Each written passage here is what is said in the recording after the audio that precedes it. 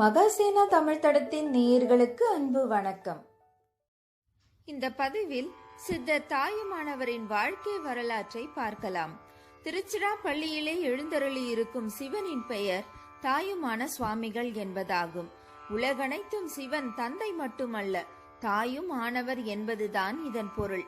சிவனுக்கு இப்பெயர் வந்ததற்கு காரணமும் உண்டு. சிவபக்தி பூண்டிருந்த பெண் ஒருத்தி கருத்தரித்திருந்தாள்.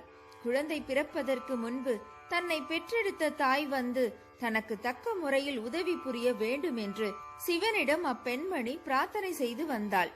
காவிரி நதி அப்பொழுது பெருகெடுத்து பாய்ந்து கொண்டிருந்ததினால் அவளை பெற்றெடுத்த தாய் குறித்த சமயத்தில் மகள் வீட்டுக்கு வந்து சேர முடியவில்லை. அக்குறையை நிறைவேற்றுவதற்காக அண்ட நாயகனாகிய சிவனே அந்த தாயின் வடிவில் வந்து தம்முடைய பக்தி மயமாகிய பெண்ணுக்கு பணிவிடை செய்தார். அதனால்தான் அவர் தந்தை மட்டுமல்ல, தாயும் ஆனவர் என்னும் பெயர் பெற்றார். சம்பிரதியாகிய கேடிலியப்ப பிள்ளையும் அவருடைய வாழ்க்கை துணைவியும் காலை மாலை 2 வேளைகளிலும் மலைக்கோட்டையில் எழுந்தருளியுள்ள தாயுமான சுவாமிகளிடம் பக்தி பூர்வமாக தங்களுக்கு மகப்பேறு ஒன்று வாய்க்க வேண்டும் என்று பிரார்த்தனை செய்து வந்தார்கள். கொஞ்ச காலத்துக்கு பிறகு அவர்களுடைய வேண்டுதலுக்கு ஒப்ப அவர்களுக்கு ஆண் குழந்தை மகப்பேறு ஒன்று அமைந்தது. இறைவனாகிய தாயுமான சுவாமிகளின் திருவருளால் வாய்ந்த மகப்பேறு ஆதலால் அந்த குழந்தைக்கும் தாயுமானவன் என்னும் நாமத்தை பெற்றோர் சூட்டினார்கள். சிவபக்தி பூண்டிருந்த இத்தம்பதிகளுக்கு வாய்த்த செல்வனிடம் அங்க அடையாளங்களில் நிறைநிலைகள் பல தென்பட்டன. பரநாட்டத்தில் அவன் மேன்மை மிக எய்துவான் என்று ஜோதிட நிபுணர் ஒருவர் கணித்து சொன்னார். பெற்றோர்களுக்கு அது பெருமகிழ்வை உண்டு பண்ணிற்று. தாயுமானவருக்கு 5 பூர்த்தியானவுடன் பெற்றோர்கள் அவனுக்கு வித்யாரம்பம் செய்து வைத்தார்கள். திருச்சிராப்பள்ளியில் சிறப்பான பாங்கில் பாடசாலை நடத்தி வந்த சிற்றம்பல தேசிகர் இந்த மாணாக்கனுக்கு முதல் ஆசானாக வாய்த்தார். தமிழிலும் சமஸ்கிருதத்திலும் கணித சாஸ்திரத்திலும் ஜோதிட சாஸ்திரத்திலும் நிபுணனாக தாயுமானவன் வடிவெடுத்து வந்தார். நாளடைவில் சைவ நூல்களாகிய தேவாரம், திருவாசகம், சைவ ஆகமங்கள், அருணகிரிநாதருடைய திருப்புகழ் முதலிய நூல்களையும் இவர் கசடர கற்று வந்தார். தாய் தந்தையர்களுக்கு வாய்த்திருந்தபடியே அவர்களுடைய அருட்செல்வனாகிய தாயுமானவனுக்கும் சின்னஞ்சிறு வயதிலேயே தெய்வ பக்தி மிக அமைந்திருந்தது. நாள்தோறும் மலைக்கோட்டை சிவன் கோயிலுக்கு சென்று இறை வழிபாடு பண்ணுவதும், திருவானைக்காவுக்கு சென்று அகிலாண்ட நாயகியை வழிபட்டு வருவதும் இந்த இளைஞனுடைய நித்திய கர்மமாக அமைந்திருந்தன. ஒரு நாள் இவன் மலைக்கோட்டையில் சிவனார் தரிசனம் செய்துவிட்டு கீழே இறங்கி வந்து கொண்டிருக்கும் பொழுது இடைவழியில் சான்றோர் ஒருவர் நின்று கொண்டிருந்ததை கண்டான். சின்னஞ்சிறு வயதிலேயே இவனை ஆட்கொள்ள வந்த பரமாச்சாரியர் அந்த முனிவர். அவர் பேசுவது மிக குறைவு. அவசியம் ஏற்படுகின்ற பொழுது 2 வார்த்தைகளுக்கு மேல் அவருடைய வாயில் நின்று சொற்கள் வெளியே வரமாட்டாது. ஆதலால் அவரை மௌனகுரு என்றும் அழைப்பார்கள். அம்முனிவர் திருமூலர் மரபில் வந்தவர். எனவேதான் அவரின் மாணாக்கர்கள் மூலன் மரபில் வரும் மௌனகுருவே என்று போற்றுகின்றனர். தாயுமானவர் ஆத்ம சாதனங்களில் அதிவேக முன்னேற்றம் அடைந்து வந்தார். ஆழ்ந்த தியானம் பண்ணுவது, ஆசிரியர் மௌனகுருவின் முன்னிலையில் அடக்க ஒடுக்கத்துடன் அமைந்திருந்து ஐயங்களை அகற்றிக் கொள்ளுவது, ஆட்கொண்டவருக்கு பக்தி பூர்வமாக பணிவிடைகள் பண்ணுவது ஆகியவைகள் ஒழுங்காக நடைபெற்று வந்தன. தாயுமானவரிடம் தலைமாணாக்கனுக்குடைய பாங்குகள் யாவும் நன்கு தென்பட்டன. இதற்கிடையில் மௌனகுருவும் தாயுமானவரும் சிறிது காலம் பிரிந்திருக்க வேண்டிய சூழ்நிலை ஏற்பட்டது. மனம் மிக குழம்பி இருந்தார் தாயுமானவர். பிரிந்திருக்கும் இடைக்காலத்தில் தன்னுடைய கர்மங்களின் பெரும் பகுதியை பூர்த்தி பண்ணியிருப்பான் என்றும், அதன் பிறகு அமையும் இணக்கத்தில் தெய்வீக சிறப்பு மிக வாய்ந்திருக்கும் என்றும் குருமூர்த்தி உறுதிமொழி கூறினார். பிரியும் வேதனையில் குழம்பியிருந்த தாயுமானவரை பார்த்து சும்மா இரு என்று இயம்பிவிட்டு குருமூர்த்தி புறப்பட்டு போனார். இந்த உபதேச மொழி தாயுமான சுவாமிகளின் பாடல்கள் பலவற்றிற்கு மந்திரமாக அமைந்திருக்கிறது என்பது பக்தி பூர்வமாக அப்பாடல்களை ஓதுகிறவர்களுக்கு தெளிவாக விளங்கும். தக்க வயது வந்ததினால் தாயுமானவருக்கு மனம் முடித்து வைக்க வேண்டும் என்று பெற்றோர்கள் விரும்பினர். தாயுமானவருக்கு உலகப்பற்று அற்றதாக இருந்தது. ஆயினும் தாய் தந்தையுடைய விருப்பத்துக்கு உட்பட்டவனானார். அதற்கிடையில் இறைவனிடம் அவர் உலக பந்த பாசத்தில் அகப்பட்டுக் கொள்ளலாகாது என்னும் பிரார்த்தனையை ஊக்கத்துடன் செய்து வந்தார். தாயுமானவனுக்கும் மட்டுவார் குழலி அம்மை என்னும் மங்கைக்கும் ஐதீகப்படி பெரியோர்கள் மனம் முடித்து வைத்தார்கள். தம்பதிகள் இருவரும் இல்வாழ்வை இனிது நடத்தி வந்தார்கள். இல்லறத்திற்குரிய கடமைகளையும் அவர்கள் நன்கு நிறைவேற்றி வந்தார்கள். நாளடைவில் அவர்களுக்கு மகப்பேறு ஒன்று வாய்த்தது. அச்செல்வனுக்கு கனக சபாபதி என்னும் நாமம் சூட்டினார்கள். ஆனால் இவனை ஈன்றெடுத்த சில வருடங்களிலேயே தாய் இயற்கை எய்தினார். கனக சபாபதிக்கு தாயின் பராமரிப்பை தாண்டிய பருவம் இன்னும் வரவில்லை. ஆதலால் தாயுமானவனுடைய தமையன் சிவ சிதம்பரமும் அவருடைய மனைவியும் இச்சிறுவனை பேணும் பொறுப்பை ஏற்றுக்கொண்டார்கள். இவ்விதத்தில் தாயுமானவருக்கு இல்வாழ்க்கை அதிவிரைவில் முற்று பெற்றது. தாயுமானவரின் தந்தையாகிய கேடிலேயப்ப பிள்ளை சம்பிரதி ஸ்தானத்தில் இருந்தபடியே உடலை நீத்து பரகதி அடைந்தார். அது திருச்சிராப்பள்ளி அரசாங்கத்துக்கு பெரிய நஷ்டமாயிற்று. அப்பதவிக்கு அவருடைய மைந்தனாகிய தாயுமானவனே தகுதி வாய்ந்தவன் என அறிந்திருந்த அரசர் அவரை அழைத்து அப்பொறுப்பை ஏற்றுக்கொள்ளும்படி வேண்டினார். தன்னிடத்து பேரன்பும் பேரபிமானமும் வைத்திருந்த வேந்தருடைய வேண்டுதலை மறுக்க தாயுமானவருக்கு இயலவில்லை. அரை மனதுடன் அப்பொறுப்பை ஏற்றுக்கொண்டார். அப்பொறுப்பு தன் மீது சுமத்தப்பட்டதை முன்னிட்டு தன் பெரும்பகுதி கவனத்தை அதனிடத்தே செலுத்தினார்.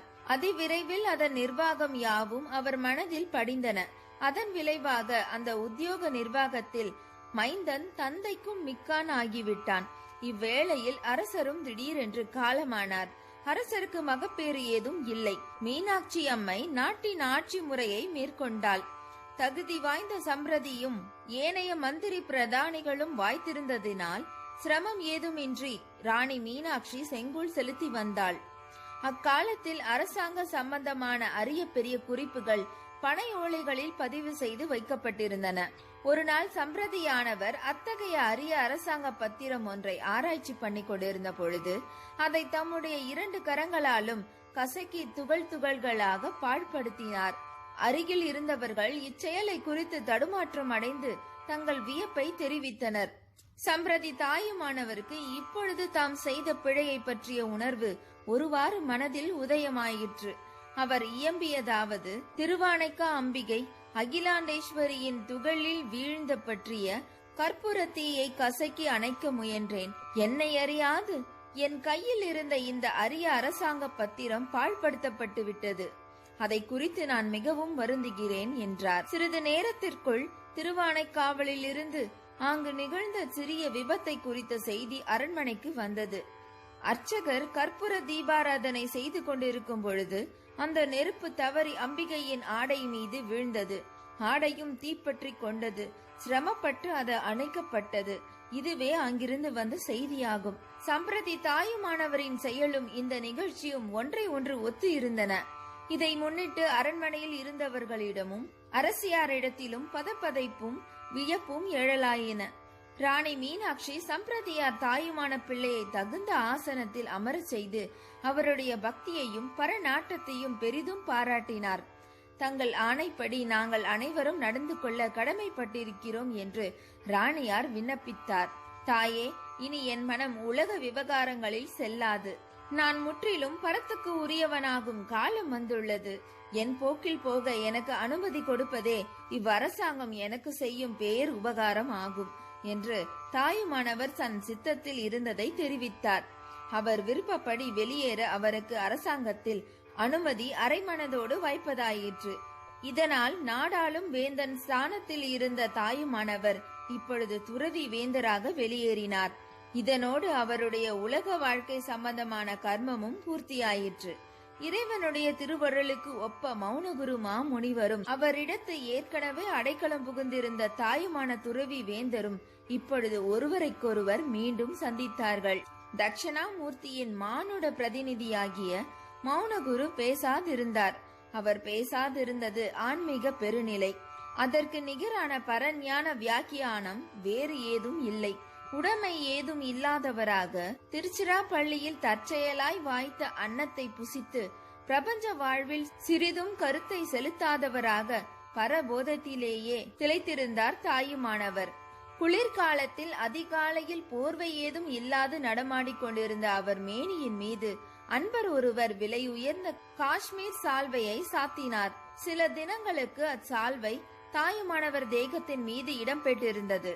அடுத்த சில தினங்களுக்கு அதே சால்வையை வேலை செய்யும் பெண் ஒருத்தி அணிந்து கொண்டு வந்ததை சிலர் கவனித்தனர். அந்த சால்வை அவளுக்கு எப்படி அகப்பட்டது என்று விசாரித்தார்கள். தன் உடலை மூட போதிய அளவு துணி இல்லாது காலை வேளையில் வீதியில் அவள் நடுங்கிக் கொண்டு வந்த பொழுது பரதேசி ஒருவர் அதை தனக்கு கொடுத்ததாக அவள் தெரிவித்தாள். பின் அவர்கள் தாயுமான சுவாமிகளிடம் சென்று அவருக்கு கொடுத்திருந்த சால்வையை பற்றி கேட்டார்கள். அதற்கு தாயுமானவர், அன்னை பராசக்தி அகிலாண்டேஸ்வரி அன்றொரு நாள் குளிரால் நடுங்கிக் கொண்டு அதிகாலையில் வீதியில் வந்தாள். நான் வணங்கும் தெய்வமாகிய அந்த அம்பிகைக்கு அதை நான் சாத்தினேன். ஒரே உலகம் அவரவர் மனப்பான்மைக்கு ஏற்ப வெவ்வேறு காட்சி கொடுக்கிறது என்பதற்கு இது நல்லதோர் எடுத்துக்காட்டு ஆகும்.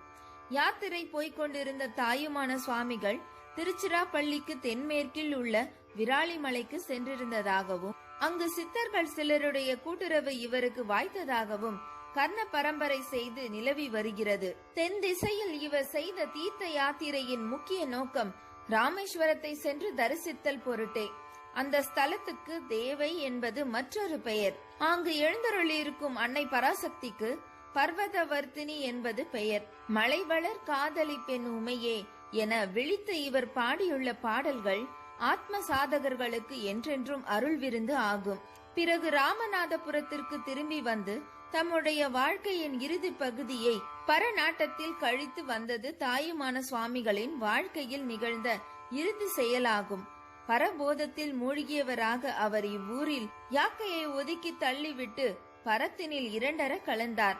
அவருடைய திருமேனி ராமநாதபுரத்திற்கு வெளிப்பட்டணமாக இருக்கும் பகுதியான லட்சுமிபுரம் என்னும் ஊரில் சமாதி வைத்து திருக்கோயில் எழுப்ப பெற்றிருக்கிறது. சுபகிருது வருடம் தை மாதம் விசாக நட்சத்திரத்தன்று தாயுமான சுவாமிகள் மகா சமாதி அடைந்தார். தாயுமான சுவாமிகளின் காலம் கிபி 18ஆம் நூற்றாண்டாகும். பல திருக்கூட்டத்தார்களால் நிர்வகிக்கப்பட்டு வந்திருக்கும் இந்த சமாதி திருக்கோயில் ஸ்தாபனம் இப்பொழுதும் ராமகிருஷ்ண தபோவனத்தின் நிர்வாகத்தின் கீழ் இயங்கி வருகிறது. உபனிஷதங்கள் கூறுகின்ற பரதத்துவங்கள் யாவற்றையும் தாயுமான சுவாமிகளின் பாடல்களில் காணலாம். இவருடைய பாடல்கள் யாவும் மறைந்து பட்டு போகாது மக்கள் கைவசம் இருப்பது தவ செல்வமாகும். ஆத்ம சாதனத்தில் ஈடுபடுகிறவர்களுக்கு இவருடைய நூல்கள் ஒப்பற்ற அருள் விருந்தாக அமைந்துள்ளன. அடுத்த பதிவில் மற்றும் ஒரு சித்தரின் வாழ்க்கை வரலாற்றை பார்க்கலாம். சித்தத்தை அறிந்து சிந்தை தெளிந்து சிவமயத்தில் மூழ்குவோம். நன்றி, வணக்கம். உங்கள் ஆதரவுகளை எதிர்பார்த்து நான் தமிழ் விரும்பி